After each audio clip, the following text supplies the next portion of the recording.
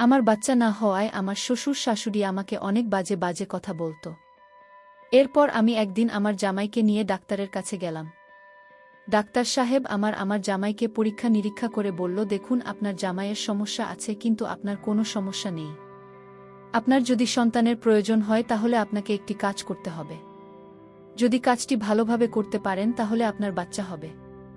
আমি বললাম, কি কাজ ডাক্তার সাহেব? তখন ডাক্তার সাহেব আমাকে বলল, একদিন তোমাকে আমার সাথে একটি জায়গায় যেতে হবে, তাহলে তোমার বাচ্চা হবে। তারপর আমি ডাক্তার সাহেবের কথা বিশ্বাস করে সেখানে গেলাম। যাওয়ার পর ডাক্তার সাহেব আমাকে যা করল তা শেষ পর্যন্ত শুনলে আমি গ্যারান্টি দিয়ে বলতে পারি তোমাদের পানি চলে আসবে, নিজেকে কন্ট্রোল করতে পারবে না। তাহলে বন্ধুরা, আর কথা না বাড়িয়ে চলুন গল্পটি শুরু করি। তবে গল্পটি শুরু করার আগে তোমাদের কাছে আমার বিশেষ অনুরোধ, তোমরা অবশ্যই আমার চ্যানেলটি সাবস্ক্রাইব করে পাশে থাকা বেলাল বাটন অন করে রাখবে, কারণ তোমাদের জন্য রাত জেগে অনেক কষ্ট করে আমি ভিডিও তৈরি করি। বন্ধুরা, আমি তাসনিয়া তানিশ তুলি।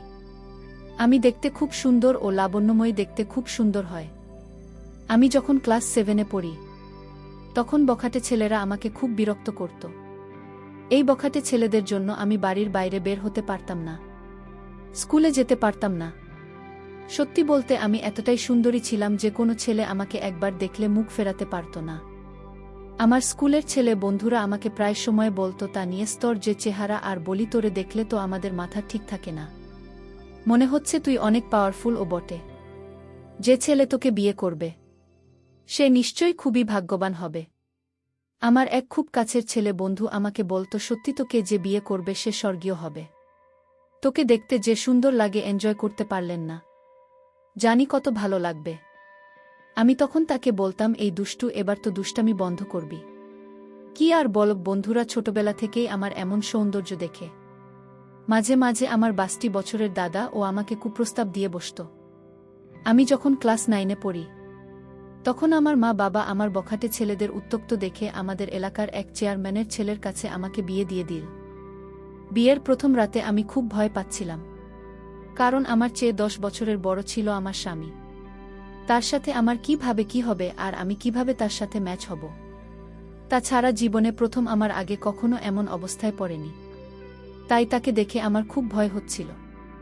এ বিষয়ে এর আগে যদি কোনো অভিজ্ঞতা তাহলে হয়তো এতটা ভয় পেতাম না। অনেক ইচ্ছা ছিল এমন কিছু করার, কিন্তু বাবার কারণে সাহস হয়নি। বাবা যদি কোনোভাবে জানতে পারত তাহলে আমাকে মেরেই ফেলত। যাই হোক, বাসর ঘরে আমি বসে বসে এই ব্যাপারে চিন্তা করছি, আর মাঝে মাঝে ভাবছি যে আমার থেকে 10 বছরের বড়, তার সাথে আমি কুলিয়ে উঠতে পারব কিনা। এই বিষয় নিয়ে চিন্তা ভাবনা করতে করতে হঠাৎ দেখি কে যেন আমার ঘরের দরজা খুল। চোখ মেলে চেয়ে দেখি আমার স্বামী পুরো বাসর ঘরের প্রস্তুতি নিয়ে আসছে। আমার স্বামী দেখতে খুবই সুন্দর ও হ্যান্ডসাম, একেবারে জামাইয়ের সাজ এসেছিল। তাকে দেখে সেদিন আমার খুব ভাল লেগেছিল। সে রুমে এসে দাঁড়াতে আমি তার পায়ে ধরে সালাম করলাম। তারপর তিনি আমাকে তুলে বিছানায় বসিয়ে দিল। খুব ভালো লাগার মতো একটি পরিবেশ ছিল তখন। চারদিকে গাঁদা ফুলের ঘ্রাণ, জীবনে প্রথম এমন পরিবেশে আমার অনেক ভালো লাগছিল। তার কিছুক্ষণ পর আমার স্বামী আমার সাথে বাসরঘরের আনুষ্ঠানিকতা শুরু করল। প্রথমে তাকে দেখে ভয় হয়েছিল, কিন্তু পরে আস্তে আস্তে আমার ভয়টা কেটে গেল।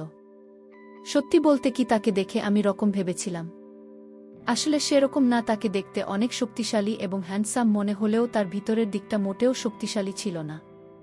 তাই সেদিন তার সাথে আমার খুব বেশি হয় নাই। অবশ্য সেদিন রাতে অনেক গল্প করেছিলাম। আমরা গল্প করতে করে এভাবেই বাসর রাত আনন্দ করে আমাদের সময়টা পার করলাম। সেই রাতটি সত্যিকার অর্থে আমার জীবনের একটি স্মরণীয় রাত ছিল। খুবই মনোমুগ্ধকর রাত ছিল আমার জীবনে। আমরা সেই রাতে অনেক আনন্দ ফুর্তি করে আমাদের বাসর রাতের আনুষ্ঠানিকতা শেষ করলাম।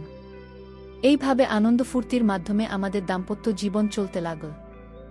দেখতে দেখতে আমাদের দাম্পত্য জীবনের প্রায় 4 বছর হয়ে গেল। কিন্তু দুঃখের বিষয় হলো, আমাদের এখন পর্যন্ত কোনো বাচ্চা কাচ্চার মুখ দেখা হলো না। আর এজন্য আমার জামাই মাঝে মাঝে খুব হতাশা ভোগ করত। আমি নিজেও হতাশ হয়ে পড়তাম। এরপর একদিন আমার জামাই আমাকে বলল, শোনো তানিজ, আমার মনে হয় কারো না কারো কোনো সমস্যা আছে, আর তা না হলে আমাদের বিয়ের 4 বছর হয়ে গেছে, এখনো কেন আমাদের বাচ্চা কাচ্চা হয় না? এক কাজ করো, চলো আমরা ভালো কোনো ডাক্তারের কাছে যাই, তাহলে হয়তো আমরা বাচ্চা কাচ্চার মুখ দেখতে পারব।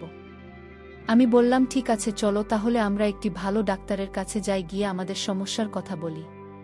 পরের দিন আমি এবং আমার জামাই একজন ভালো ডাক্তারের কাছে গেলাম। শিলিগুড়ির খুব নামকরা ডাক্তার তিনি, তার প্রশংসা আছে অনেক। ডাক্তারের কাছে গিয়ে আমার সমস্যার কথা খুলে বললাম। ডাক্তার বাবু, আমার বিয়ে হয়েছে 4 বছর হয়েছে, কিন্তু আমার এখনো কোনো বাচ্চা হয় না। ডাক্তারবাবু, আমাদেরকে একটু ভালো করে পরীক্ষা করে দেখেন, কি সমস্যা, আমাদের কেন বাচ্চা হয় না। এরপর ডাক্তার সাহেব আমাদের দুজনকে পরীক্ষা করলেন। আমাদের দুজনকে পরীক্ষা করে ডাক্তার সাহেব বললেন, মিস তানিস, আপনার স্বামীকে একটু বাইরে যেতে বলেন, আপনার সাথে আমার একটু পার্সোনাল কথা আছে। এরপর আমার স্বামীকে ডাক্তার সাহেব একটু বাইরে পাঠিয়ে দিলেন। এরপর ডাক্তার সাহেব আমাকে বললেন, মস্তানির পরীক্ষার রিপোর্টে পরিষ্কার বোঝা যাচ্ছে আপনার কোনো সমস্যা নেই, কিন্তু সমস্যা আপনার জামাই। আর আপনার জামাইয়ের যে সমস্যা ধরা পড়েছে, আমার মনে হয় না যে আপনার কোনো দিন বাচ্চা হবে।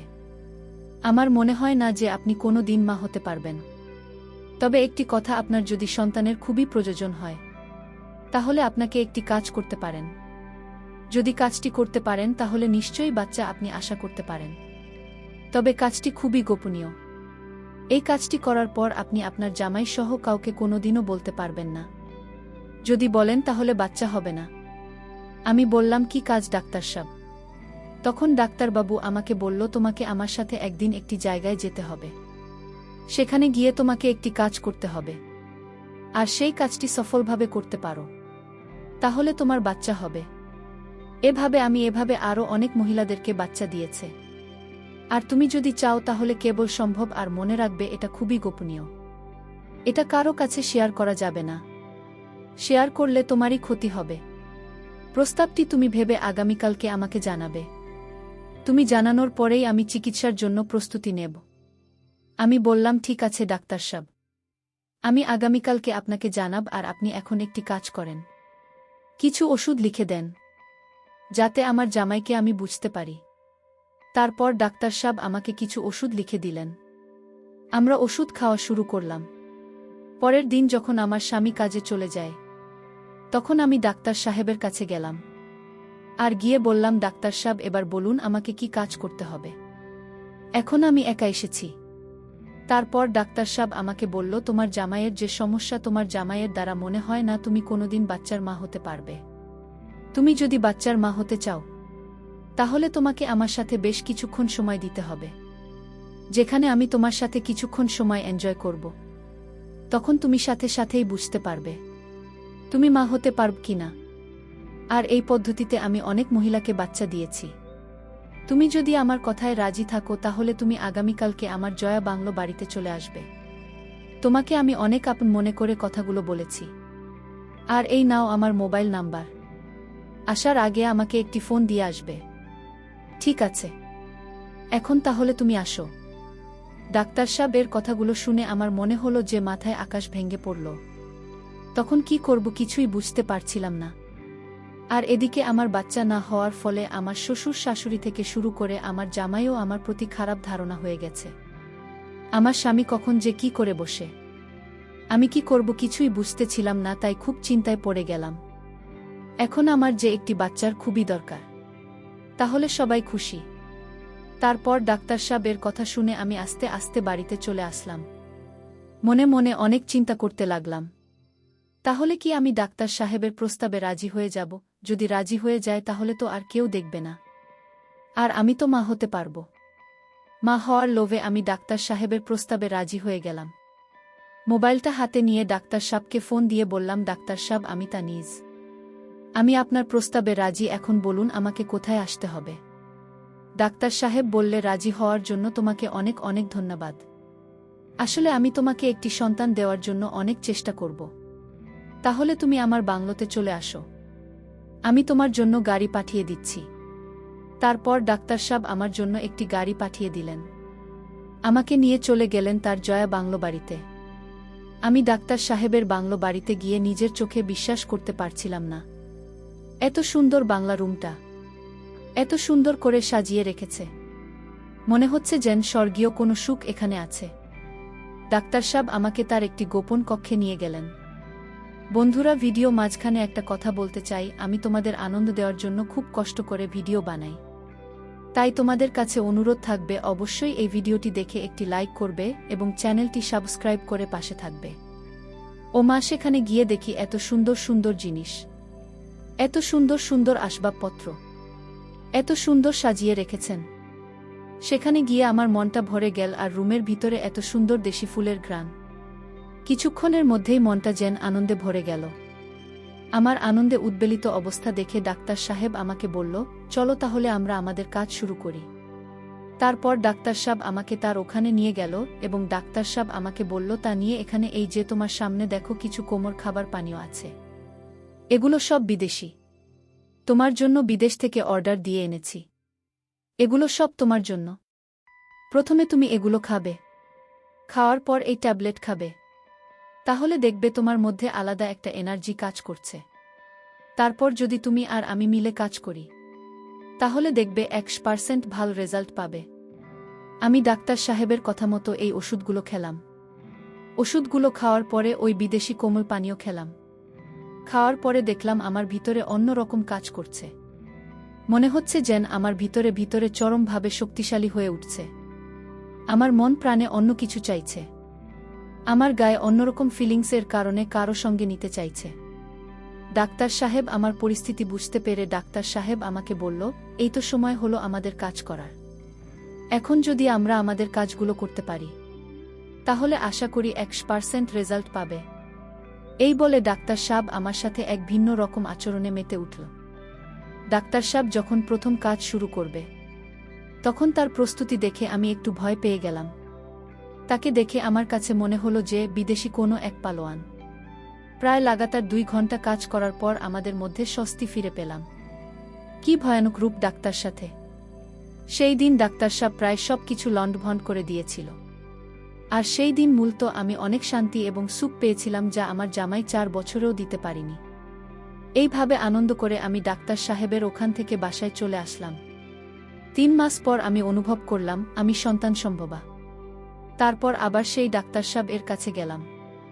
ডাক্তার সাহেব আমাকে পরীক্ষা করে দেখল আমার একটি নয় 2টি বাচ্চা। ডাক্তার সাহেব রিপোর্টটি হাতে নিয়ে আমাকে হাসতে হাসতে বলল, তা নিয়ে সুখবর আছে। আমি বললাম, কি ডাক্তার সাহেব? ডাক্তার সাহেব বলল, তোমার তো একটি নয় 2টি বাচ্চা হবে, তোমাকে তো তোমার ডাবল মিষ্টি খাওয়াতে হবে। আমি বললাম, ডাক্তার, সব মিষ্টি তো আপনি আমাকে খাওয়াবেন, সবই তো আপনার জন্যই সম্ভব হয়েছে, আর কি খেল দেখালেন। আমার জামাই 4 বছরে একটি দিতে পারল না, আর আপনি একদিন এই 2টি দিলেন। আপনি তো স্যার ডাবল সেঞ্চুরিও করে ফেললেন। এখন আপনি আমাকে মিষ্টি খাওয়ান। তারপর ডাক্তার সাহেব আমাকে রেস্টুরেন্টে নিয়ে মিষ্টি খাইয়ে আমাকে বিদায় করলেন, আর আমি বাড়ি চলে আসলাম। তারপর নির্দিষ্ট সময়ে আমার কোল উজাড় করে 2টি সন্তান হল, একটি মেয়ে আর একটি ছেলে। সন্তান পেয়ে আমার শ্বশুর, শাশুড়ি, জামাই এবং জামাইয়ের আত্মীয় স্বজন সবাই খুশি হল। তারপর যখনই আমার বাচ্চা প্রয়োজন হতো, তখনই ডাক্তার সাহেবের কাছে যেতাম। ডাক্তার সব কাজ করে দিত আর আমার বাচ্চা হতো। এইভাবে এখন আমি 4 সন্তানের জননী। ছেলে মেয়ে, শ্বশুর, শাশুড়ি এবং জামাই সহ এখন আমাদের খুব সুখী পরিবার। বন্ধুরা, তোমরা সকলে আমার জন্য একটু দোয়া করবে। হয়তো আমার জীবনে অতীতে একটি ভুল হয়েছে, আর এই ভুলের জন্য হয়তো আমার জামাই এবং জামাইয়ের পরিবারের লোকেরা দেয়। আর তা না হলে আমার এত বড় ভুল হতো না। তাদের প্রয়োজন সন্তান, যে কারণে আমি সন্তানের জন্য এরকম ধরনের অন্যায় করতে বাধ্য হয়েছিলাম। যাই হোক বন্ধুরা, এই সকল ঘটনা কেবলমাত্র আমার মধ্যে সীমাবদ্ধ ছিল। আমার জামাইয়ের পরিবার সহ কেউই বিশেষ জানত না। পরিশেষে বন্ধুরা, আমি তোমাদেরকে বলবো, তোমরা যারা আমার মতো এরকম ধরনের সমস্যায় আছো, তারা কখনোই নিজের দোষ অন্যের উপর চাপানোর চেষ্টা করো না, তাহলে ভালোর চেয়ে খারাপ হয়ে যাবে, যেমনটি হয়েছিল আমার জীবনে। সত্য বলতে বন্ধুরা, এই দুনিয়াতে সন্তানের পিতা মা ছাড়া কেউ জানে না। বন্ধুরা, আজকের গল্পটা এখানেই শেষ করলাম। এরকম মজার মজার ভিডিও পেতে চ্যানেলটি সাবস্ক্রাইব করে পাশে থাকা বেলাল বাটন জোন করে রাখবে।